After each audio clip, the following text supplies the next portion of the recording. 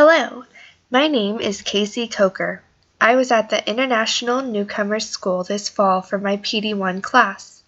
International Newcomers Academy is a school for students in Fort Worth ISD that have just moved to the United States of America from another country. During their time at INA, the students get acquainted with our culture and language while learning in the classroom. INA is located near the traffic circle at 183 and Camp Bowie in Fort Worth, Texas. The surrounding community is very diverse. Many houses in the immediate area are on the lower end of the socioeconomic scale. However, there are multi-million-dollar houses not far from this area as well. When I asked the community about the school, many businesses were unaware that the school even exists. I found it interesting that the school name was not known within the community. The students of INA are 87% economically disadvantaged. 99% of the students at INA are in English language learners classes. The school demographics are half Mexican, and the remaining half is mostly Asian and African American cultures. The school is very diverse, having a variety of students born in over 325 different countries. The teacher I was assigned, Mr. Wright, strives to incorporate the varied backgrounds within his geography classroom. He has a culture corner where he has a variety of flags and items resembling the varied cultures found within INA.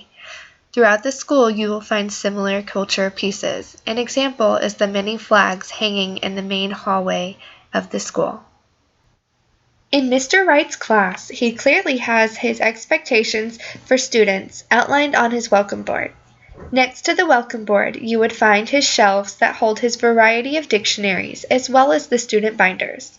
The student binders have their home country and the geographical location and flag of that country on the front of their binder.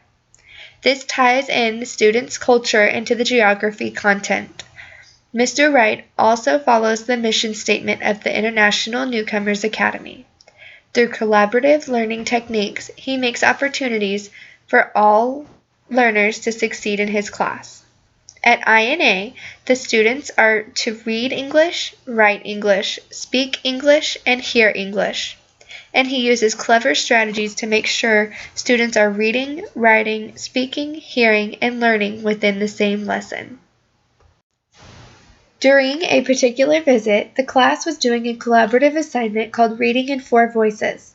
This assignment takes a piece of the text, puts the prime content down on paper, and every few sentences has a different font, either normal, italics, bold, or underlined. Each student in the group has an assigned role and reads that part of the passage. This keeps each student accountable for reading their own part. Mr. Wright always used collaborative learning structures such as Reading in 4 Voices and extended the lesson to touch on all learning styles. He would have them read for the visual and auditory learners. Then they would do something with the information for the kinesthetic learners. The classroom is set up in groups of 4 to make for successful collaborative learning techniques and classroom success. The entire class period is devoted to 2 to 4 different collaborative group opportunities. He has the students strategically grouped so that each table has a unique blend of languages, learning styles, and learning abilities. My teacher also makes sure he uses a variety of collaboration structures that will make for opportunities for success for all learners. Mr. Wright uses knowledge of the community, school, and student culture in regards to his teaching. He uses a variety of authentic assessments such as the team poster, where all members are responsible for a unique portion of the assignment. I enjoyed my time at INA and I appreciate all that Mr. Wright and the students have taught me. Thank you, INA students and faculty, for allowing me the opportunity to be a part of your school this semester.